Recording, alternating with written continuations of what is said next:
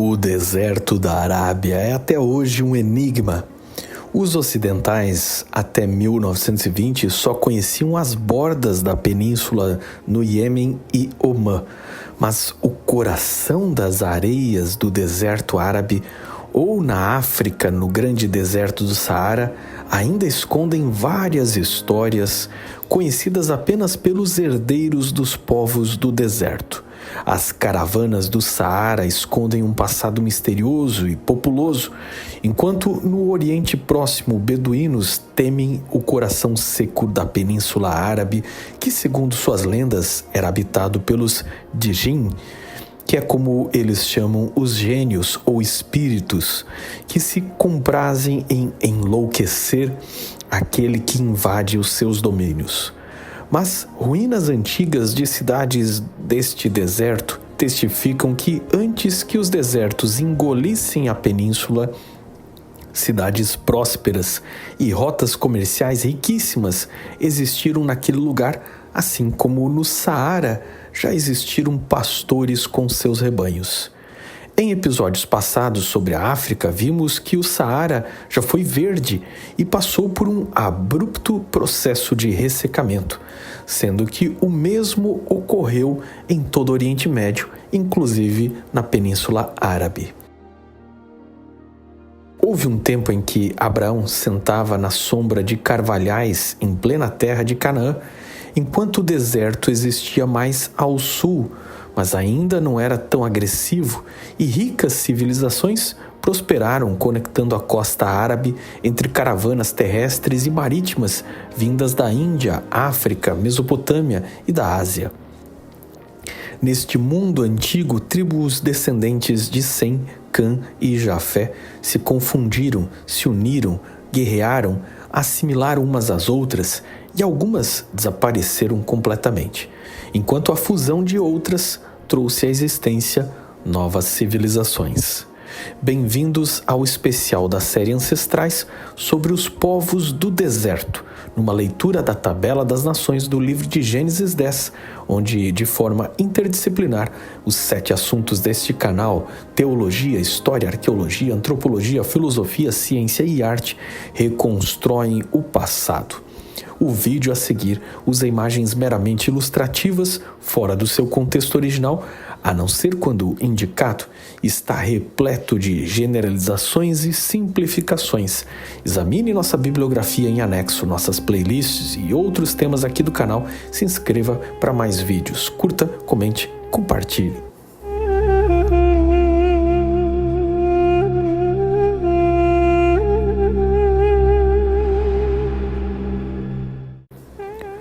No Saara, desde a pré-história, os berberes já habitavam a região chamada de Maghreb, no atual deserto norte-africano. Mas quando eles chegaram, haviam savanas verdes repletas de lagos, que com o tempo foram substituídas por dunas. Os chamamos de berberes, mas eles são um conjunto étnico muito vasto que antecedia a chegada dos árabes ao norte africano e foi por estes arabizados, assumindo a cultura árabe que atualmente os berberes praticam. Nós os agrupamos como berberes porque compartilham línguas de um tronco que chamamos de línguas berberes. E dentro destes povos norte-africanos incluímos os Maori, os Masaesili, os Masili, os Musulami, os Getúlio, os Garamantes, entre outras tribos. O nome berbere deriva da palavra árabe para bárbaro e, na verdade, cada tribo se referia a si mesma de sua própria forma, sendo que, em geral, consideramos que as populações dos antigos Númidas, Maures e Libu são os ancestrais destes modernos berberes. Segundo a tradição árabe, no Al-Fihrist, um compêndio de escritos antigos, os primeiros berberes compreendiam uma das 7 principais raças originais da África.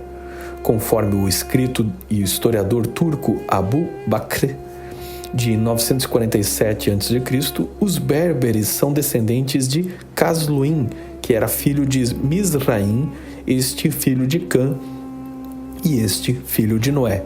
Já para o historiador tunisiano Ibn Khaldun, de 1406 d.C., ele relatou que as tradições orais de seu povo remontavam a duas origens daquela gente, sendo uma a versão citada de que os berberes descendem de Casluim, filho de Mizraim, compartilhando ancestrais com os egípcios, e a outra tradição de que os berberes também descendem de Canaã, filho de Cã, este filho de Noé.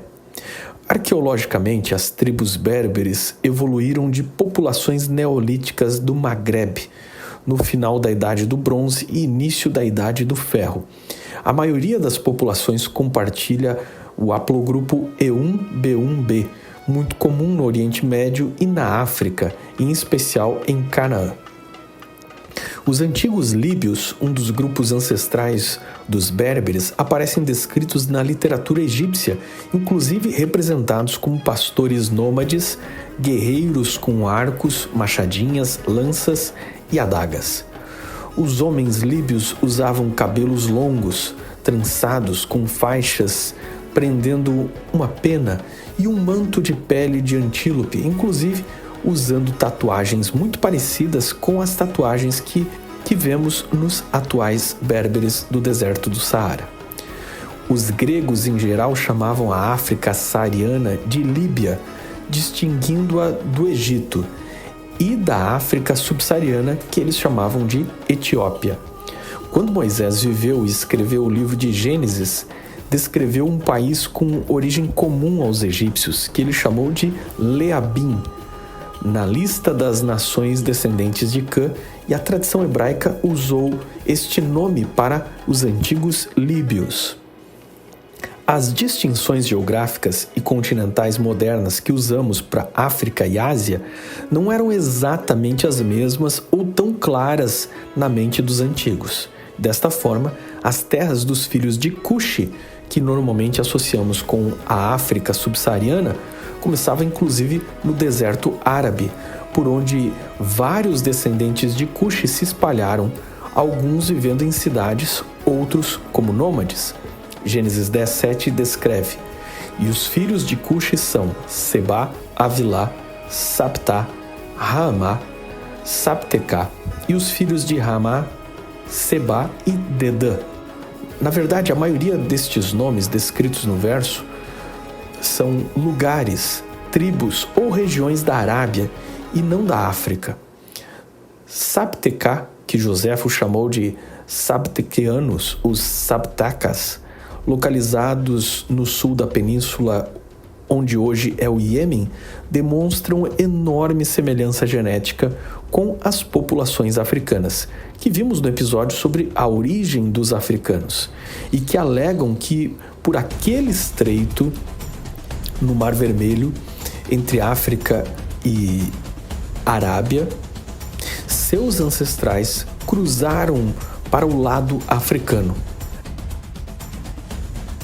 Raamá, que Ptolomeu e a Septuaginta chamaram de Ragma e Joséfo chamou de Ragmas, pode corresponder ao sudoeste da Arábia, onde ainda existe um lugar chamado Raamá, onde encontramos Dedã, um povo conhecido por comercializar com os fenícios e que se localizava na cidade hoje chamada de Al-Ula, a 110 quilômetros da moderna Tayama.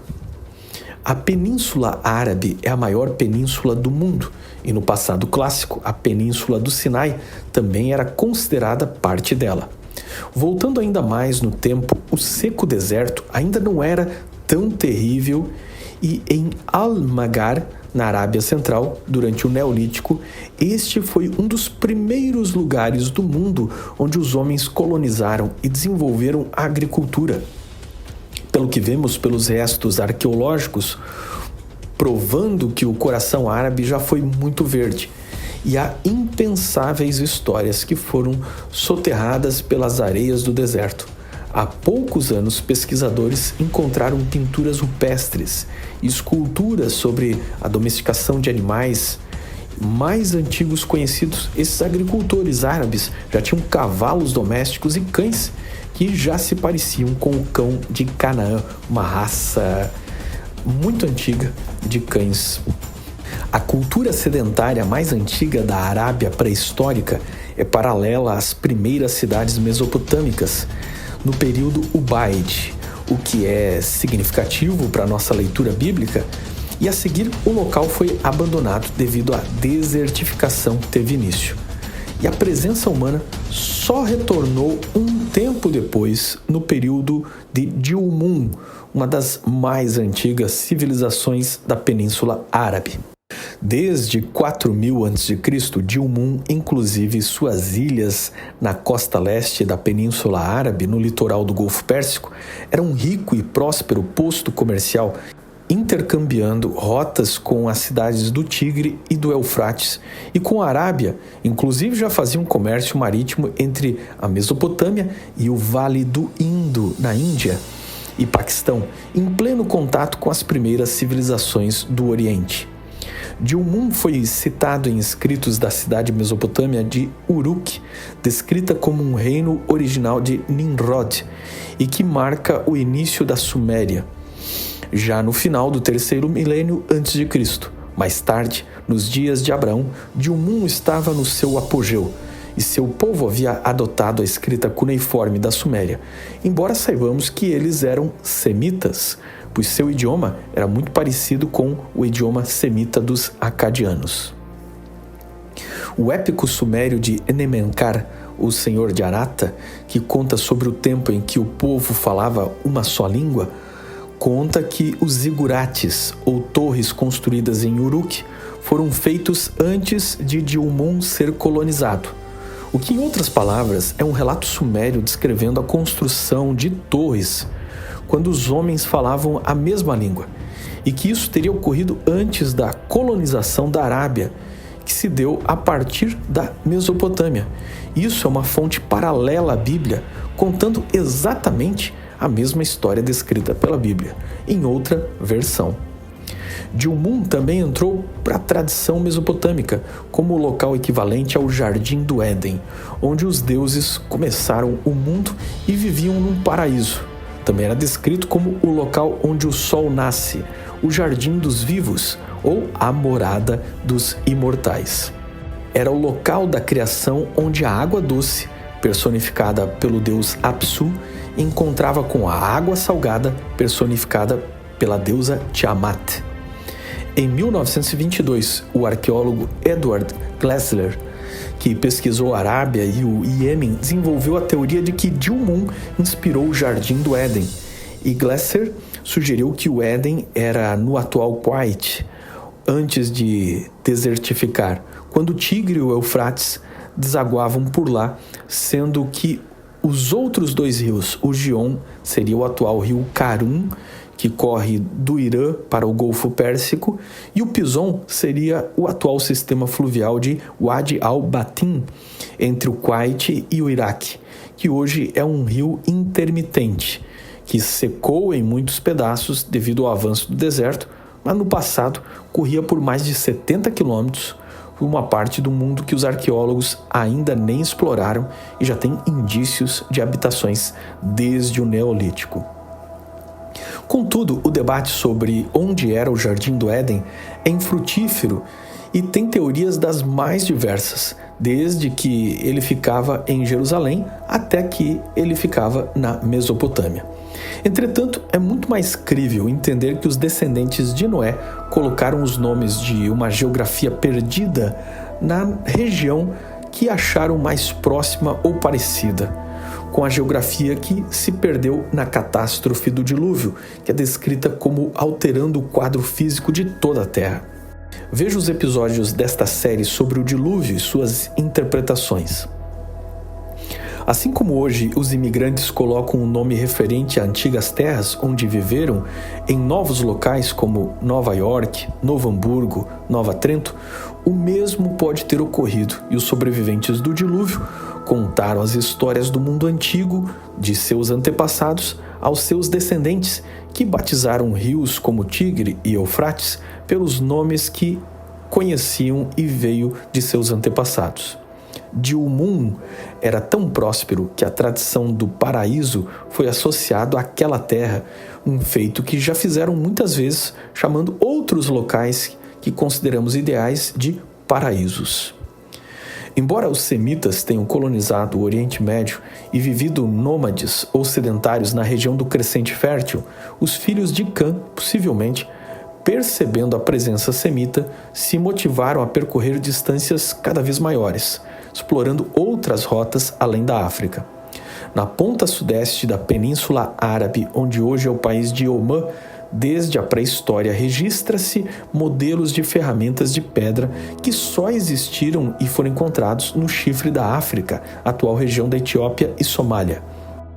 É uma evidência de como estas tribos camitas, inclusive transitando entre a África e a Arábia, percorriam a costa sul pulando do Golfo Pérsico para o sul da Ásia, indo para o leste até chegarem em lugares tão distantes quanto a Índia e a Austrália, onde estas tribos de pele negra ficaram desde cedo isoladas, formando novos povos. Estas migrações de camitas para o sul da Índia e até a Austrália têm um correspondente numa trilha de DNA que veremos em outros episódios sobre a Ásia e a Oceania. Obviamente, essa história não é contada em Gênesis 10, pois, como dissemos nos episódios anteriores desta série, o autor de Gênesis 10 estava relatando sobre povos que ele conhecia e eram conhecidos por seu público. Em Gênesis 10, não há uma descrição exaustiva de todos os povos que existiam na época do autor. Curiosamente, alguns nomes na lista dos descendentes de Sem e de Cã são iguais. Vimos no episódio anterior sobre Abraão que dos filhos de Éber, Joctã é pai de várias tribos árabes originais da Península Árabe. E na sua lista em Gênesis 10, 26 a 28, temos novamente os nomes Avilá e Sabá, que haviam sido citados como descendentes de Cã. Isso pode ser visto de diversas formas, sendo que é possível que fossem nomes iguais, ou é possível que o autor estava falando que em seus dias haviam tribos ou países conhecidos como Avilá e como Sabá, que descendiam de uma mistura dos filhos de Cã e Sem, e por isso os nomes aparecem em ambas as linhagens. É fato que, na verdade, temos 3 Sabás mencionados em Gênesis 10, sendo um deles cuxita e 2 deles semitas, dos quais a tradição da Igreja Ortodoxa Etíope diz que seus povos foram fundados. Raamá e Sheba ficavam ao leste de Ofir, a terra famosa pelo ouro, talvez uma referência às lendárias minas do rei Salomão, perto da terra de Avilá e vizinhando com os reinos árabes semitas de Meneá, Cataban e Adramaust. Os sabeus são bem conhecidos, tanto na Bíblia quanto em fontes históricas seculares. Eles eram um reino comercial, exportando mirra e especiarias, com influência por toda a costa do Mar Vermelho, tanto no lado árabe quanto no lado africano. Sua capital, Marib, cujas ruínas estão a 120 quilômetros da atual capital do Iêmen, que tem o nome de Sanaá, segundo a tradição, derivado do nome do patriarca Sem, filho de Noé, que foi dado por Azal, derivado de Uzal, que era filho de Joctã, e este filho de Éber, descendente de Sem e ancestral dos hebreus. Esta cidade era a maior exportadora de incenso, colhido de árvores do sul da Arábia e usado nos rituais religiosos tanto dos hebreus quanto de outros povos. Nos tempos do Antigo Testamento, Sabá aparece como uma rica nação mercantilista, e nas ruínas de Marib encontrou-se o Maharan Bilquis, que era um templo escavado em 1952 por Wendell Phillips, famoso explorador americano que inspirou a criação do personagem Indiana Jones. Wendell era fascinado pela história da rainha de Sabá e desenterrou as ruínas do templo de um deus da fertilidade em forma de touro, ou representado como cabra e conhecido como Almacá. Em geral, se acredita que foi a rainha deste povo que visitou o rei Salomão. Na tradição islâmica, ela era adoradora do sol antes de conhecer o rei Salomão. Na tradição etíope, quando ela voltou de Jerusalém, teve um filho de Salomão chamado Menelik, que uma vez adulto visitou seu pai e retornou para sua terra, na Etiópia, e fundou o reino que guardou a desaparecida Arca da Aliança. Mas, de fato, a Bíblia não cita qualquer romance entre Salomão e a rainha de Sabá, muito menos um filho entre eles. Ela foi chamada por Flávio Joséfo de Nicaula, pelos etíopes conhecida por Maqueda, e para a tradição islâmica seu nome era Bilquis. Muitas tradições africanas e árabes concordam que a rainha, seja qual foi a relação com Salomão, de amizade ou de romance, levou o monoteísmo para sua terra. E, de fato, o monoteísmo, tanto judaico como cristão, é profundamente antigo na Etiópia, muito mais antigo do que o cristianismo é na Europa. Outros reinos vizinhos a Sabá também prosperaram, entre eles o reino homerita Imiar, do antigo Iêmen, 110 a.C., até 520 d.C. Era um tipo de rival no comércio de especiarias com os sabeus. Em 380 d.C., eles se converteram ao judaísmo, depois de um longo passado adorando o sol. Embora o reino de Sabá esteja associado à Península Árabe, no lado africano etíope se formaram várias conexões entre os árabes do sul e os africanos da costa oriental. Os Beja, os Afar, os Somalis, os Sarro, os Oromos partilham línguas afro-asiáticas e genética com semelhanças com estes povos do Iêmen. O reino da Amat, um reino onde hoje é a Eritreia e Etiópia, no lado africano, entre o século X e V a.C., sofreu grande influência e teve colônias dos sabeus. O reino de Aksum, ou Ashum, foi o sucessor de Dmat, e o povo Agau, da Eritreia, região da Tigray, Etiópia, entre o ano 100 e 940 d.C., descende deles. Sabemos que Ashum dominou o reino de Cush e se relacionaram com a Península Árabe. Pensa-se que os sabeus da Península Arábica fundaram este reino, que falava uma língua afro-asiática. O Império Ashum controlava rotas comerciais riquíssimas, ligando o Mediterrâneo, África Oriental, Arábia, Índia e até o Extremo Oriente. Eles construíram obeliscos para seus imperadores e tinham seu próprio alfabeto. O imperador Ezana de Ashum adotou o cristianismo em 325 d.C., dando origem à igreja Tewahedo, ortodoxa etíope, influenciada pelo missionário Frumentius. Os antigos sabeus se tornaram a nação mais importante no sul da Arábia e construíram uma barragem de Marib, que remonta ao ano 1700 a.C., feita com 4 metros de altura e reforçada posteriormente até 7 metros. A represa proporcionou irrigação e plantação que fizeram Sabá prosperar.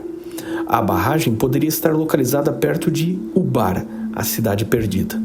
O país enriqueceu a ponto de se tornar conhecido nos tempos clássicos como Arábia Félix ou Arábia Feliz.